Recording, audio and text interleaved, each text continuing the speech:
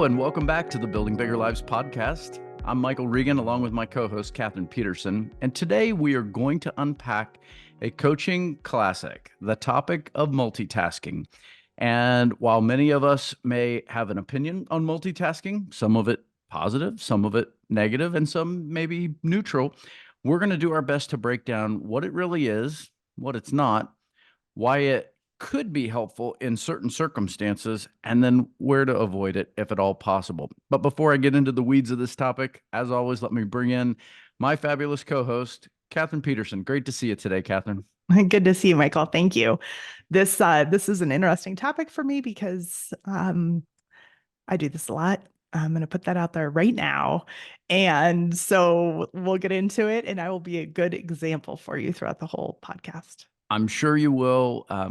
Frankly, if we turn the tables, I'm sure I could be as well, because the truth is, it's something we all experience at some level. Some of us feel like we've mastered it. Some of us feel like it overwhelms us. We all have different experiences with it. But I think since the world got introduced to the multiple screen, the multiple task function became, elevated in all of our experiences to the point where I think now we don't think anything of having 2, maybe 3 screens on our desk, another screen in our hand, and maybe a tablet nearby as well. So we're often in a world that is tempting us to multitask. And so we have to have a good strategy around this, because ultimately, as team leaders, we want to be effective. Ideally, we want to be efficient, and ultimately, we want to be profitable. But we can dive into all the purpose behind it as we unpack this. Let's first just get a basic understanding of multitasking out on the table.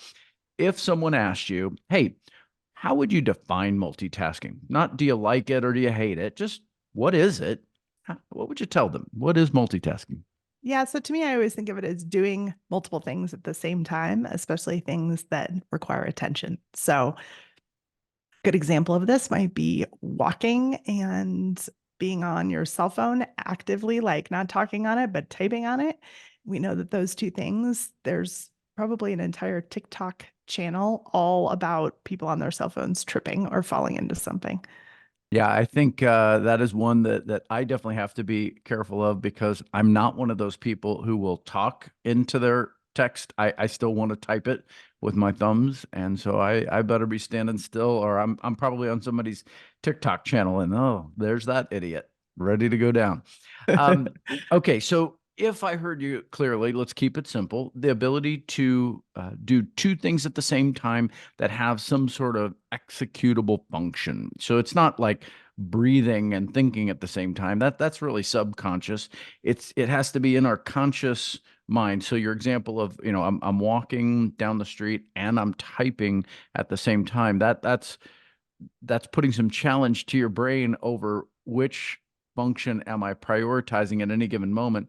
And so that leads to, I think, a really good understanding of what multitasking is, because our mind experiences it as if those 2 things are happening simultaneously. A lot of the brain science that we get to see today says maybe not. Maybe what's really happening is your brain is moving in and out of these 2 completely different functions rather effortlessly and very quickly, but in fact, in and out nonetheless. What do you think that's doing to our minds? If our day is full of things that we do that look like multitasking, what do you think's happening to our brain as it's trying to manage multifunction simultaneously?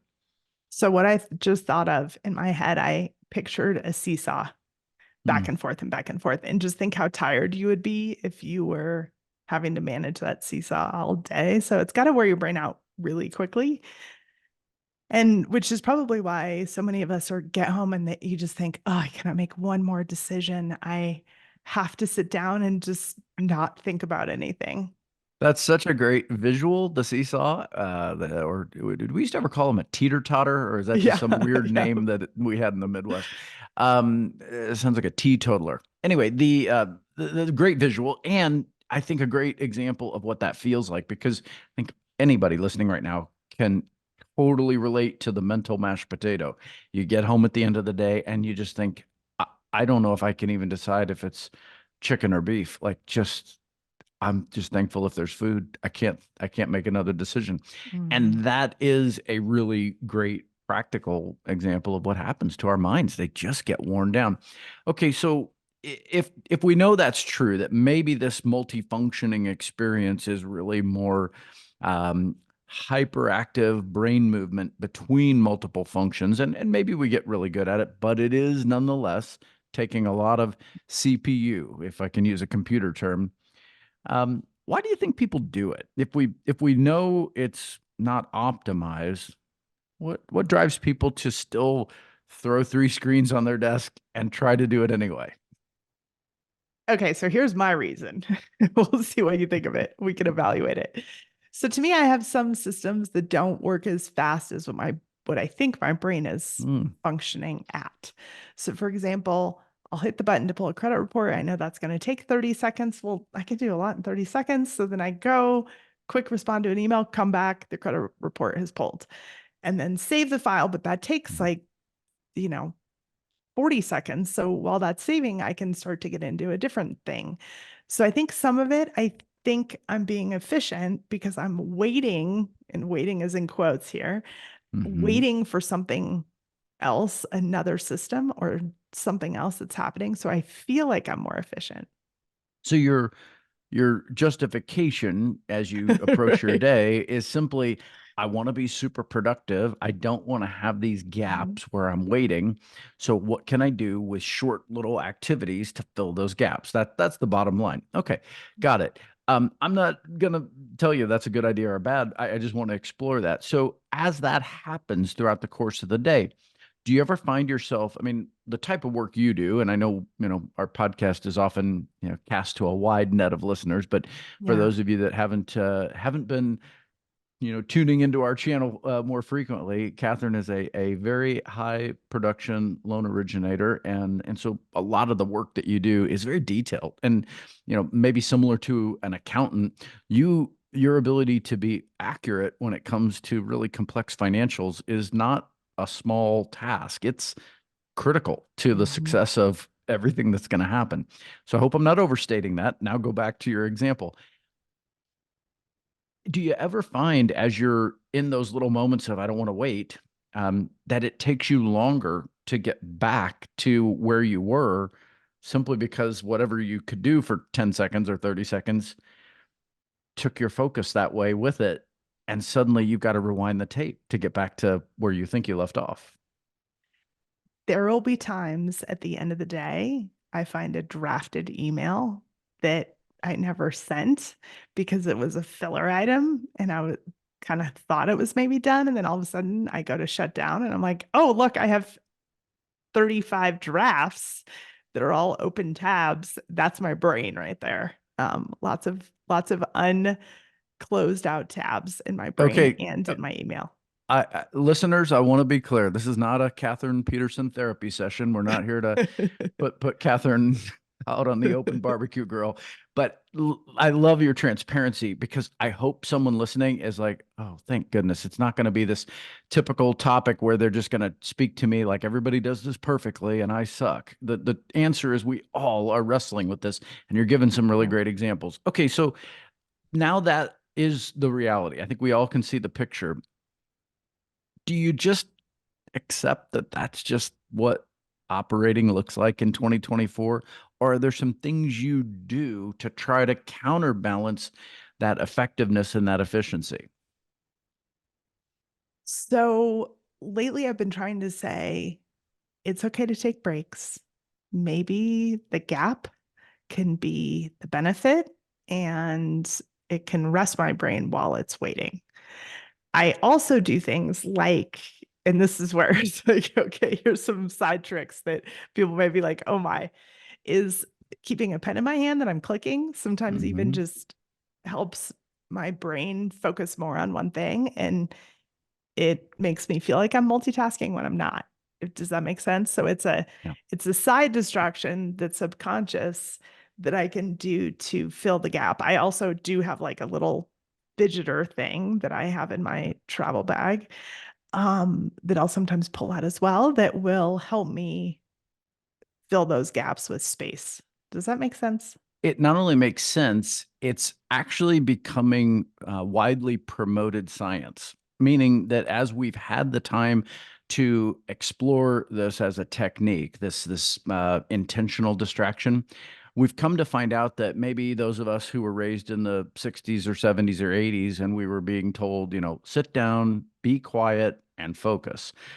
Well, that sounds really appropriate when you just look at it at a macro level, but reality is we know that many people learn in different ways. And for some of us, that style of learning is not only painful internally, but it really depletes our performance because it does the exact opposite.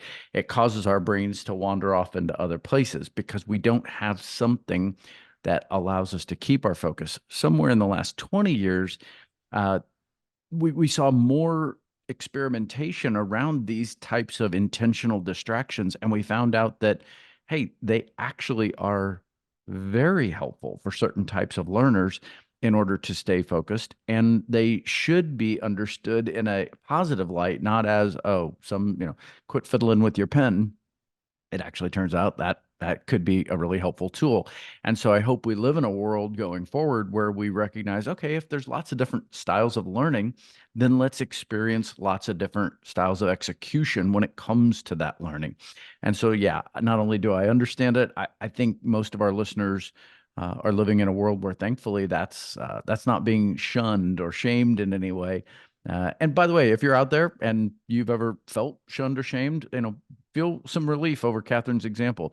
These are things that if you're a parent, you may want to experiment with your kids. If you're a manager, you may want to experiment with a Mhm. teammate. Give people a little space to get their wiggles out. It's not the worst idea in the world, especially when those people really want to contribute in a massive way. So, great example.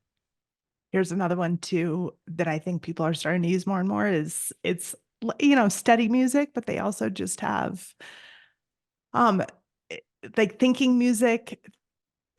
It's basically something that can pull that brain that's different than your hands. So I just wanted to not let that example pass, or let this time pass without giving that example for I'm people. glad. Yeah, I'm glad you did. I think we could probably come up with several of those. We can add those later, not only in our show notes, but in the exchange, especially when these podcasts get posted on our YouTube channel, because I think there are lots of really good examples of that. Now, for me, you probably know this, the music one doesn't work very well because then my brain gets, I go down that rabbit hole because music is a passion for me. It's not a I don't do elevator music. Like for me, music is a real thing. So I have to remind myself that it might be turning on like a history podcast, something I'm mildly interested in, but I'm not going to get highly focused on. So it's just talking in the background, and it helps Mhm. remove some of the other distractions that are there. But we'll get into more tips and techniques.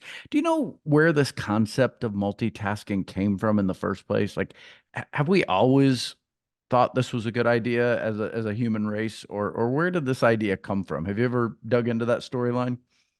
I have not. I feel like our parents did not do this like we do. So I'm sure it came in between their generation and ours, because it fascinates me how some people can sit and just do one thing. So I think that there is a generational thing to it, but I don't know why. That's all I know. Well, your intuition is spot on. It really did happen in the generation between when, those of us that have parents that are maybe today in their, mid 70s or mid 80s, that era of children when they were growing up really didn't embrace this concept of multitasking like we did. And they were raised in an era, just like you said, hyper focused on single activity. That was the methodology that was deployed. What happened somewhere along the way, if you think about the evolution of the computer industry, like back in the 60s when a computer would fill a room like you're sitting in, and it was a massive mainframe machine designed to do complex tasks, but it took a lot of physical space to get it done. There was an era in which the processor that was designed to help pull some of the memory out of this machine and execute on a task, whatever that task might be.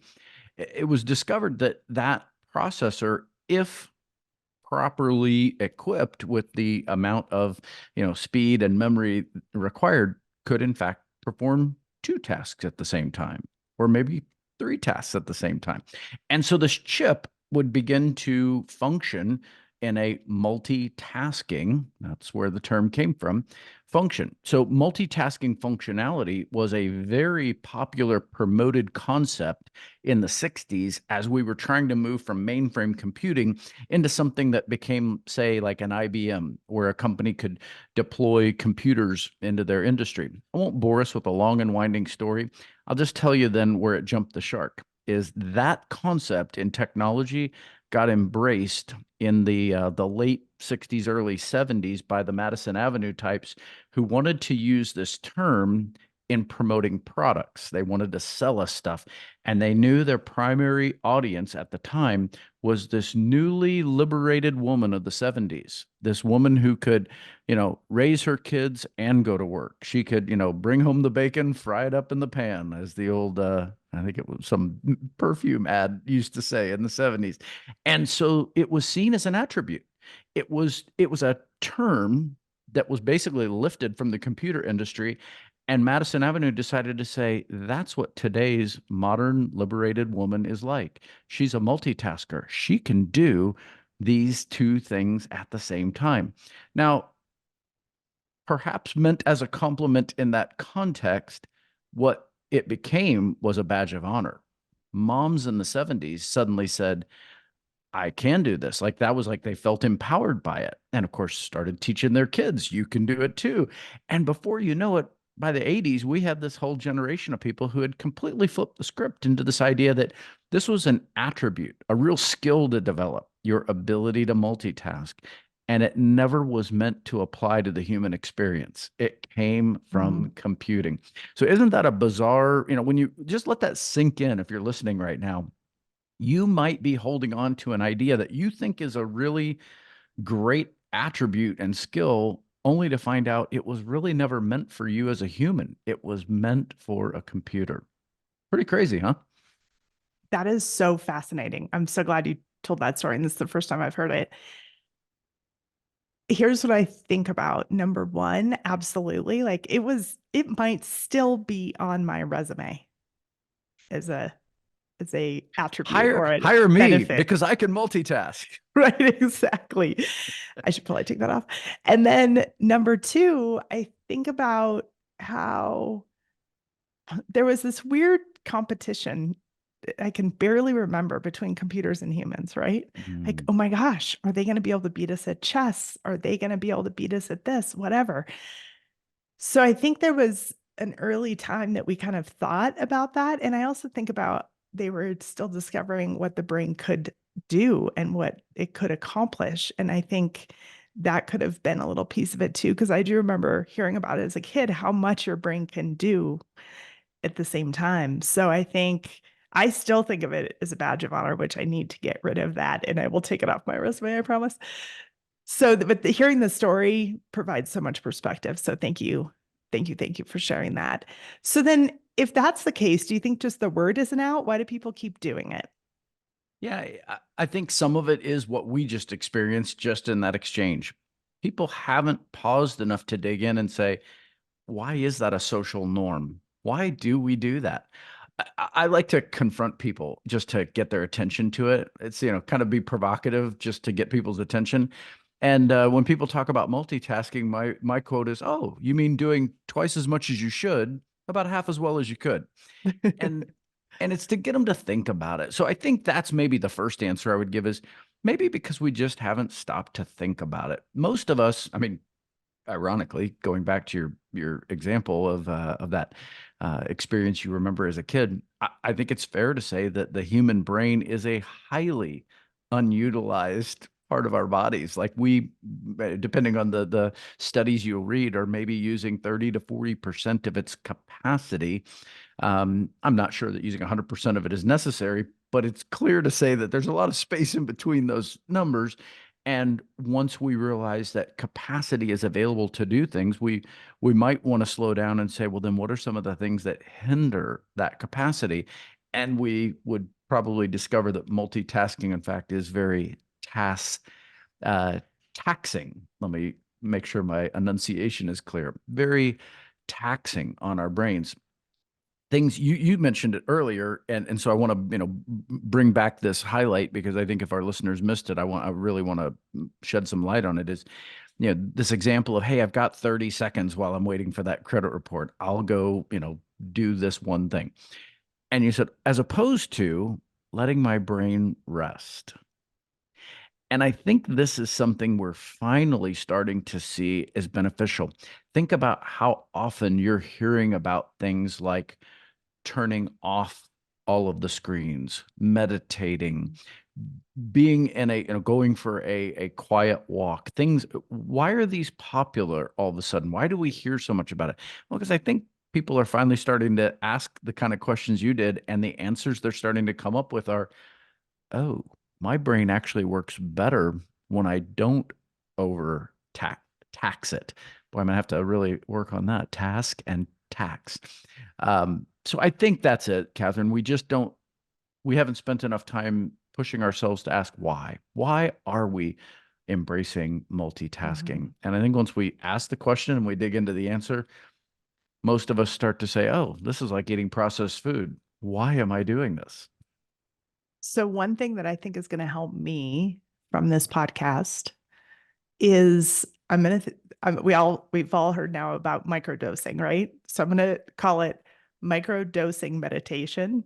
Ah, Do you like that new word I just came up with? I'm noting it. And because if those tiny moments do impact your brain enough, then resting, even if it's in microdoses, can be helpful, is what I'm going to test out. And I'm Excellent. sure there's some research on that. Both are probably true, meaning there is probably some research on it, but I'd love to hear your, just experiential data as you come back around with that, because I think that's a very wise approach to explore, do these things rejuvenate my mind? And I think, that's another thing we should throw out onto the table for folks like, okay, well, what's an alternative to multitasking? Yours is a good example. Another one might be batching.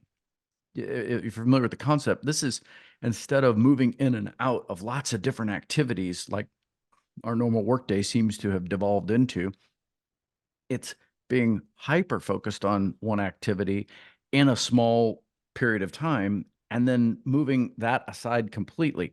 Um, Here's a great test for this. If someone's listening and thinking, I think I understand what he said, but I don't really know what that looks like, try not leaving your Outlook open on your desktop all day, all the time. Try opening Outlook for the purpose of checking email or sending email and then turning it back off.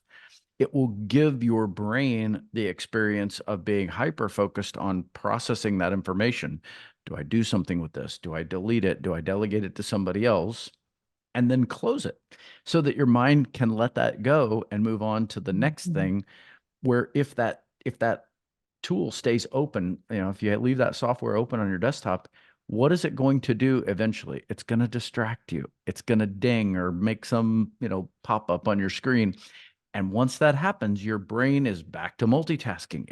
Or what it thinks is multitasking. It's going to try to move in and out of these tasks quickly. And we've got to really find things that help us resist that, because the world we live in is going to naturally push content in front of us all the time.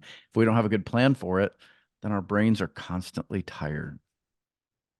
One other trick, turn off notifications, please. Amen. We talked about that in another podcast, but it's worth bringing up again. I use a Fitbit watch instead of an Apple Watch because I do not want access to my emails on my wrist because it's already everywhere else. And I turned all of the notifications off on my everything so that really the only thing I see is the stuff for my kids or my husband. So I think that notifications are huge because I am easily distracted. So I think that that's Great huge. example. So then let's say you have a team. So two questions around that. How do you get your team to work with you on helping you not multitask? And then how do you lead people that multitask? And why this question is, sometimes I find that I really try to not interrupt my staff if they're doing something, but at the same time, what I'm doing seems really important that I might need to do that. So what are some tips and tricks for Mm. working within a team to help everybody multitask You less? know, this is going to be a really tough answer for somebody that's listening, but I'm going to tell you the number one response is it starts with you. You are never going to be able to lead your team well in this area if you don't lead yourself well first. So if you are already highly disciplined around removing the distractions that lead to multitasking, or at least again that experience that feels like that, then wonderful. That gives you at least a platform in which to engage with empathy. That would be my second advice: is first, practice yourself what you preach, because you never want to lead your team towards something that they say, well, what a hypocrite. That Mhm. gal does that all the time. The second is lead with empathy. We're all dealing with this at a high level. And that's why, I laughed when you said, "Oh, here we go. I'm guilty of this." And I said, "Look, me too. We all live in this world. I mean, I literally have to fight against this every day." Thankfully, coaching calls are a great place to practice it, because one of the commitments I make is right up front. The very first coaching call is we go through a list of things that set the boundaries. And I tell people, I will not have any other function open other than our phone line or our video screen, except for taking notes. That's the only thing I'll keep open. Nothing else. Well, it's a great way to practice it. So then when I have to lead my team, if that's how I've been practicing, Mhm. it's a lot easier to show them some things. Hey, I've tried this, but you're walking on feet of clay. You're reminding them, hey, this is hard for me too.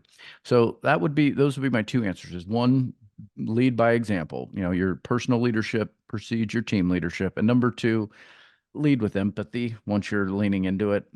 Remember that this is hard for you too. It's hard on them. We're all in this together. There's some other tips we could get into after that, but I think for most of us, if we would just take the mindset of those two things first, the tips would flow pretty smoothly, because then we can all experiment, because we feel safe to say, "Hey, did you try this? I heard about that. I read about this."